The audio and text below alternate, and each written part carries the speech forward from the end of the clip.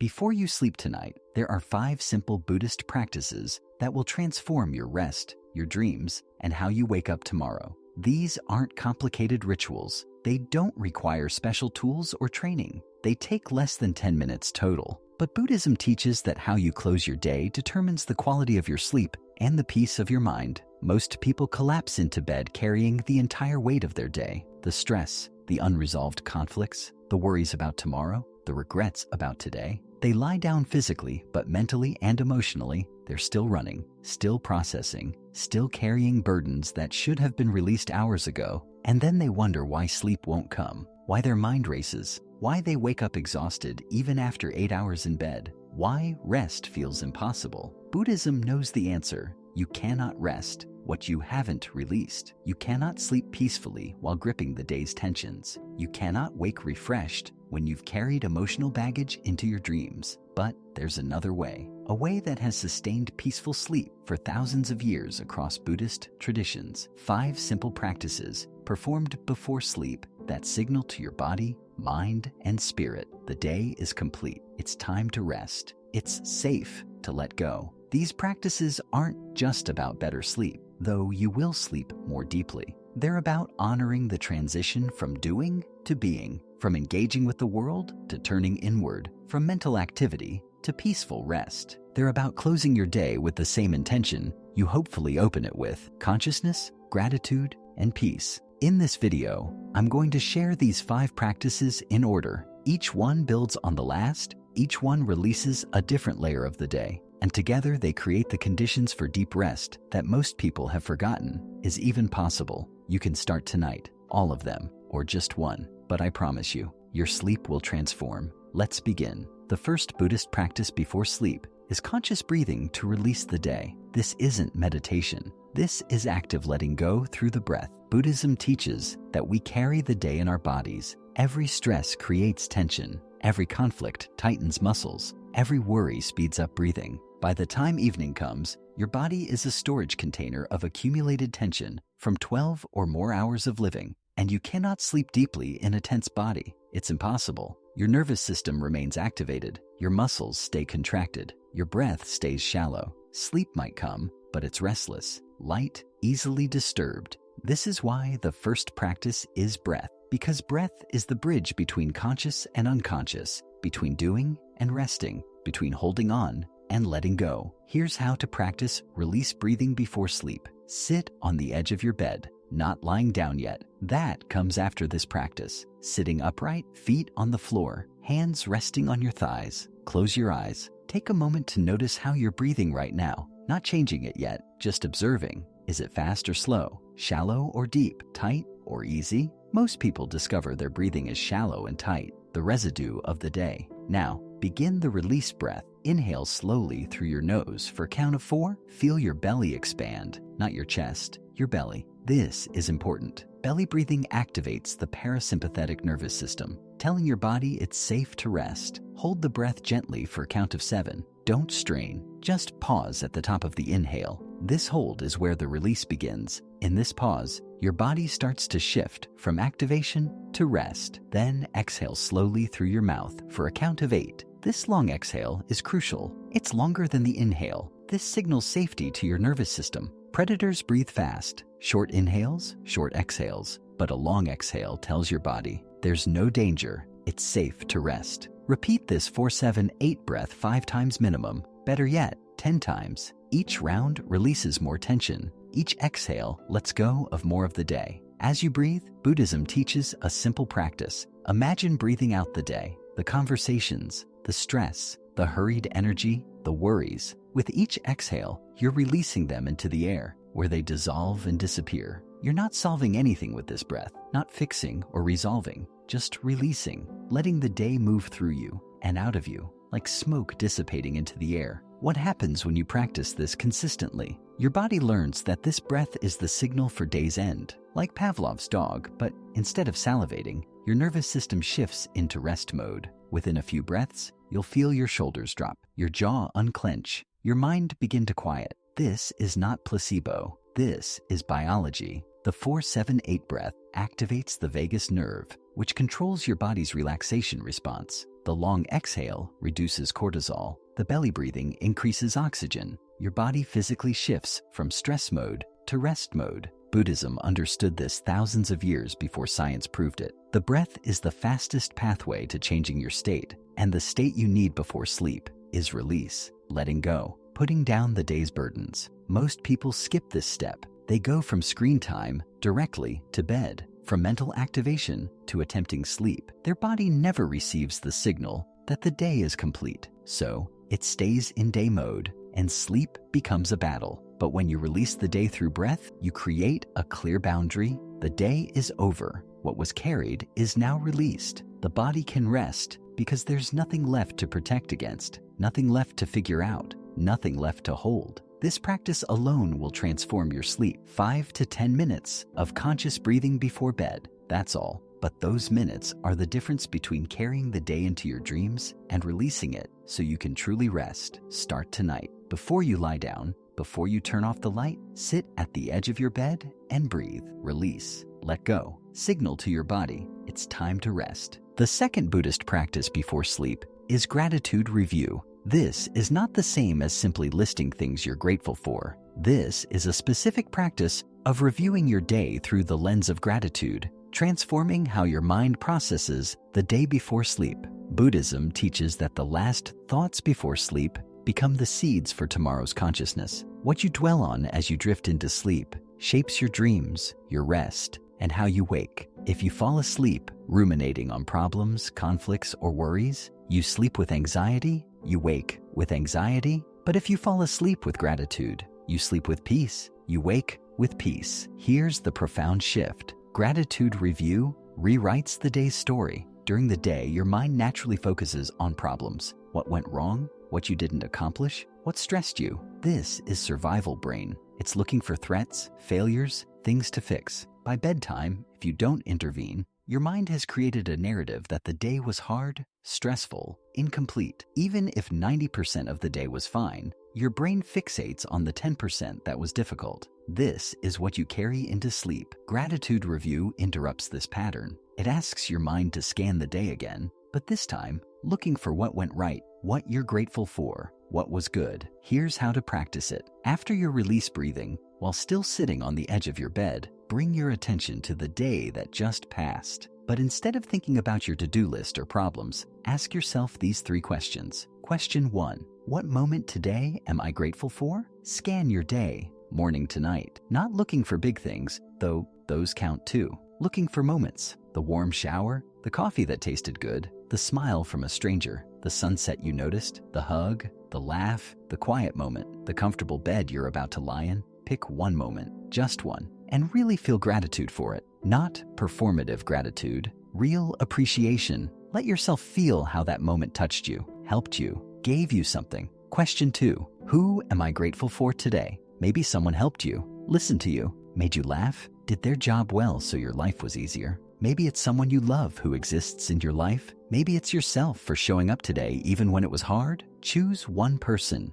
Feel genuine appreciation for them. Buddhism calls this mudita, appreciative joy for others. Feel how their existence or their action enriched your day in some way. Question 3. What challenge today am I grateful for? This is advanced gratitude. This is where Buddhism gets deep, because often the hard parts of the day, the frustration, the difficulty, the challenge, those are teaching you something, building something in you, showing you something you needed to see. Can you find even one difficult moment from today and reframe it through gratitude? I'm grateful for that conflict because it showed me my boundaries. I'm grateful for that stress because it revealed where I need better balance. I'm grateful for that failure because now I know what doesn't work. This doesn't mean you're glad bad things happened. It means you're choosing to extract meaning and growth from difficulty instead of just carrying resentment or regret. These 3 questions, one moment, one person, one challenge, take maybe 2 minutes. But what they do is profound. They shift your brain from problem focus to blessing focus, from what's wrong to what's right, from scarcity to abundance. And here's what happens neurologically. Gratitude activates the same brain regions as dopamine and serotonin, the feel-good chemicals. When you fall asleep in a state of gratitude, your brain is literally bathed in chemicals that promote rest, healing, and positive mood. You sleep better, not because your problems are solved, but because you're not taking them into your sleep. You've consciously chosen to close the day focusing on what was good, not what was hard. Buddhism teaches that gratitude is not about denying difficulty. It's about choosing where to place your attention. And when the last place you place your attention before sleep is on gratitude, you give your subconscious mind different material to work with through the night. Try it tonight. After your breathing practice, spend 2 minutes with those 3 questions. Notice how different you feel lying down with gratitude versus lying down with worry. This practice transforms not just your sleep, it transforms how you perceive your entire life. The third Buddhist practice before sleep is forgiveness, and Buddhism is very clear about this. You should never carry grudges, resentment, or self-judgment into sleep. These are poisons that corrupt rest and damage your spirit. This might sound intense, but Buddhism understands something crucial. Anger and resentment are forms of attachment. You're attaching to a past moment, to someone's action, to your own mistake, and attachment is suffering. When you sleep while holding resentment, you're choosing to suffer through the night. Most people don't realize they're doing this. They think, I'll deal with that conflict tomorrow, or I'll forgive myself later, or they don't deserve my forgiveness. But while you're sleeping, or trying to, that unforgiveness is working in your subconscious, creating stress hormones, replaying the offense, keeping your nervous system activated. Buddhism teaches forgive before sleep, every single night. Not because others deserve it, because you deserve peace. Here's how to practice forgiveness before sleep. Still sitting on the edge of your bed, after gratitude, bring to mind anyone you're holding resentment toward from today. Maybe someone was rude, cut you off in traffic, said something hurtful, didn't do what they promised, disappointed you, hurt you. Feel the resentment? Don't pretend it's not there. Buddhism is about truth, not denial. Feel where it lives in your body, usually your chest or stomach. Feel how it tightens you. Now, here's the practice. You don't have to condone what they did. You don't have to say it was okay. You're not excusing their behavior, but you're making a choice. You're choosing not to carry this into your sleep. Say mentally or out loud, I release this. I let it go. I will not poison my rest with this resentment. May they find peace. May I find peace. This is not weakness. This is strength. You're strong enough to put down the burden. You're wise enough to know that holding grudges hurts you more than them. While you're lying awake replaying the offense, they're probably sleeping peacefully. Your resentment is only punishing you. Buddhism offers a powerful truth. Forgiveness is not a gift you give others. It's a gift you give yourself. It's freedom from the prison of the past. But there's a second part to this practice, and it's often harder. Forgiving yourself. Bring to mind anything you did today that you're judging yourself for. Maybe you lost your temper, said something you regret, didn't accomplish what you hoped, made a mistake, disappointed yourself or someone else. Feel that self-judgment. Notice how harsh you are with yourself, how you replay the moment, cringing, how you attack yourself for being human. Now practice self-forgiveness. This is metta, loving kindness, directed at yourself. Say to yourself, I forgive myself for being human today, for making mistakes, for not being perfect. I did the best I could with the awareness I had. I release self-judgment. I am learning. I am growing. I deserve my own compassion. This might feel uncomfortable. You might think, but I need to hold myself accountable. Buddhism agrees. Accountability is important. But self-attack is not accountability. It's cruelty. And you cannot grow from a place of self-cruelty. You can only grow from self-compassion. Here's what happens when you practice forgiveness before sleep. You break the cycle of rumination. The mind loves to replay offenses, both from others and from yourself. It runs them on loop, especially at night when there are no distractions. But when you consciously forgive, you interrupt the loop. You're telling your mind, we're done with this story for today. Tomorrow we can address what needs addressing, but tonight we rest. And something almost magical happens. When you release forgiveness, your body physically relaxes. It's as if you've been carrying invisible weights, and suddenly you've put them down. Your chest opens, your breathing deepens, your whole system sighs with relief. Buddhism teaches that forgiveness is essential spiritual hygiene. Just as you brush your teeth before bed, you release resentments. You don't let them accumulate. You don't take them into sleep, where they ferment and poison your rest. Tonight, practice this. After gratitude, spend 1 minute releasing others, 1 minute releasing yourself. Notice how much lighter you feel, how much easier it becomes to rest. This practice doesn't just improve sleep, It transforms relationships with others and with yourself. The fourth Buddhist practice before sleep is setting a single clear intention for tomorrow. This is not a to-do list. This is not planning your entire day. This is choosing one word or one sentence that will guide your consciousness when you wake. Buddhism teaches that intention is the seed of action. What you intend shapes what you create, and the most powerful time to set intention is the threshold between waking and sleeping, when your conscious mind is releasing and your subconscious is becoming receptive. Most people fall asleep with anxiety about tomorrow. They think about everything they have to do, every problem they have to solve, every challenge they'll face. Their mind churns with tomorrow's demands, and they fall asleep stressed about a day that hasn't even happened yet. Then, they wake up with that same anxiety. Before their eyes even open, they feel the weight of the day pressing down. They start the day already exhausted by mental rehearsal of difficulty. Buddhism offers a different approach.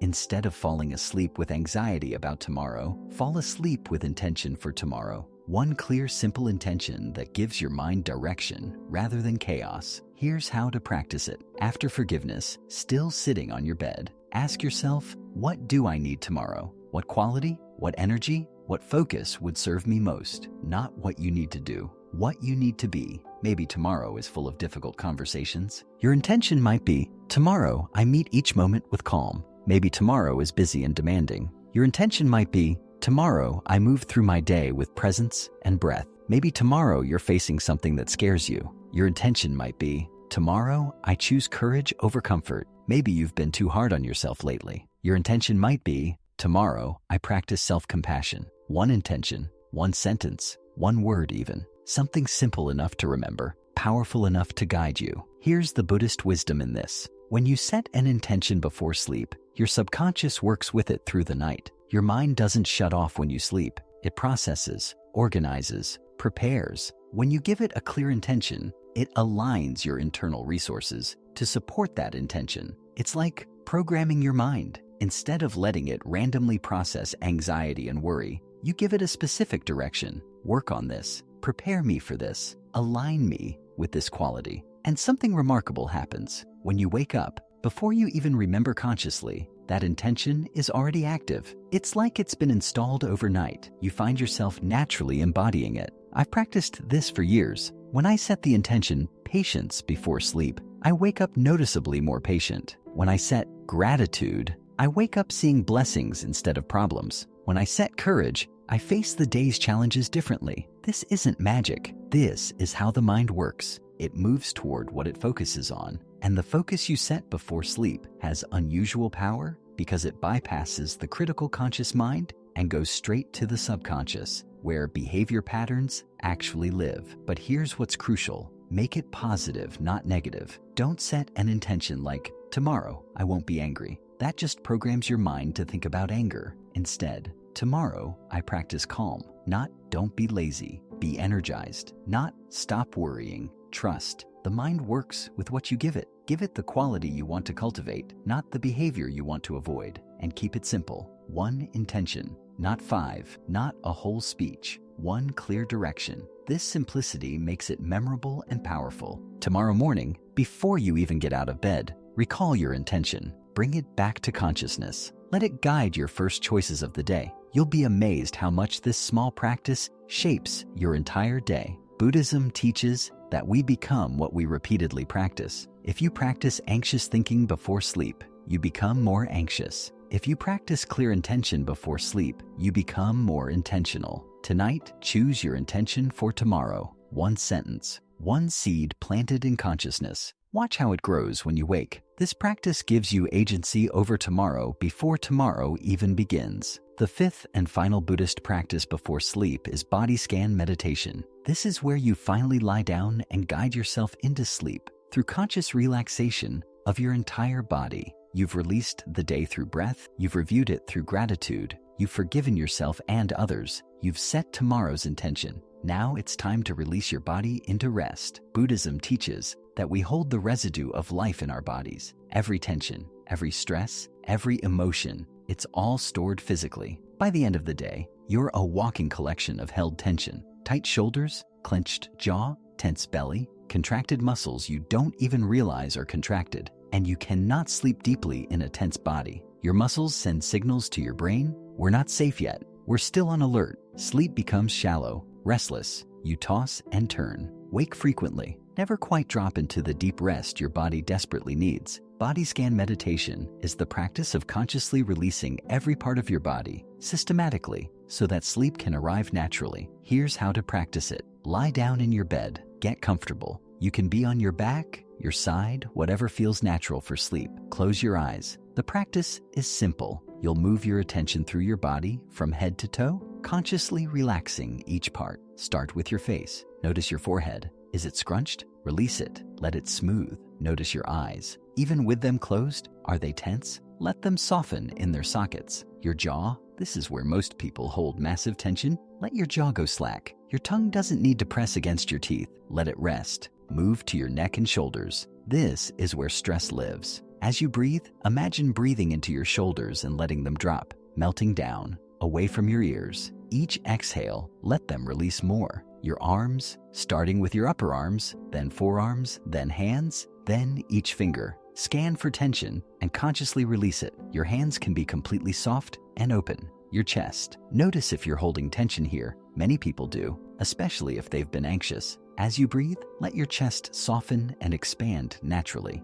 Your heart doesn't need protection right now. It's safe to let this area relax. Your belly. Many people hold their belly tight unconsciously. Buddhism teaches a soft belly is a sign of safety. Let your belly be completely soft and relaxed. Each exhale, let it go more. Your back. From your upper back down your spine to your lower back, notice any tension and consciously release it into the bed. Let the bed hold you. You don't need to hold yourself up anymore. Your hips, your buttocks, places where we store emotional tension, let them release. Soften into the bed. Your legs, upper legs, knees, calves, ankles, feet, toes. Move your attention all the way down, releasing each part. By the time you reach your toes, let them be completely relaxed and heavy. Then scan your whole body once more, head to toe. If you find any remaining tension, breathe into it and release it. Here's what Buddhism understands about this practice. Where your attention goes, energy follows. When you bring conscious attention to a tense part of your body with the intention to relax, it relaxes, not through force, through awareness. Many people fall asleep during this practice before they even finish. That's perfect. You're not trying to stay awake. You're guiding yourself into sleep by consciously relaxing your body. What happens with consistent practice is remarkable. Your body learns this is the sleep signal, just like the breathing practice, but even more powerful. When you begin the body scan, your body recognizes, oh, we're doing the thing that means deep rest is coming, and it cooperates. You fall asleep faster, you sleep more deeply, you wake up more rested, because you've actually achieved the deep restorative sleep your body needs. Buddhism teaches that sleep is not just physical rest, it's spiritual renewal. But that renewal only happens when you truly release, physically, mentally, emotionally. This 5-practice sequence does exactly that. Tonight, after all the other practices, do this body scan. Give yourself 5 to 10 minutes.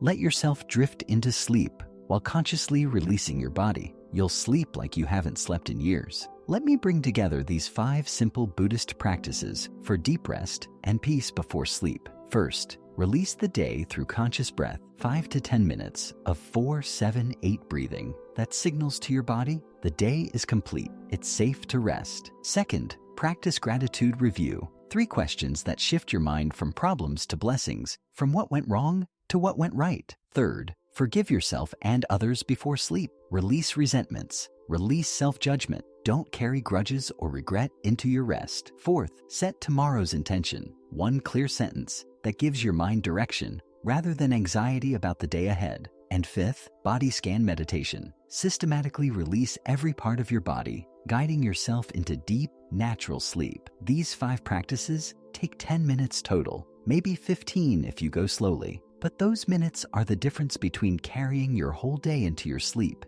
and releasing it so you can truly rest. Buddhism has preserved these practices for thousands of years because they work, not sometimes, consistently. When you honor the transition from day to rest, when you consciously release and prepare for sleep, your body and mind respond with the deep rest you've been seeking. You don't have to do all 5 tonight. Start with 1, maybe just the breathing or just the gratitude. but I encourage you, try the full sequence. Give yourself this gift and notice what happens. How you sleep, how you dream, how you wake. Notice the difference between collapsing into bed with the day still clinging to you versus consciously releasing it and preparing for rest. This is not just better sleep. This is reclaiming rest as a sacred practice. This is honoring your need for renewal. This is closing each day with the same consciousness you hopefully open it with. Try it tonight, all 5 practices, and let me know in the comments which practice transformed your sleep most. Thank you for being here. May you find the deep rest and peace that these practices offer. Sleep well.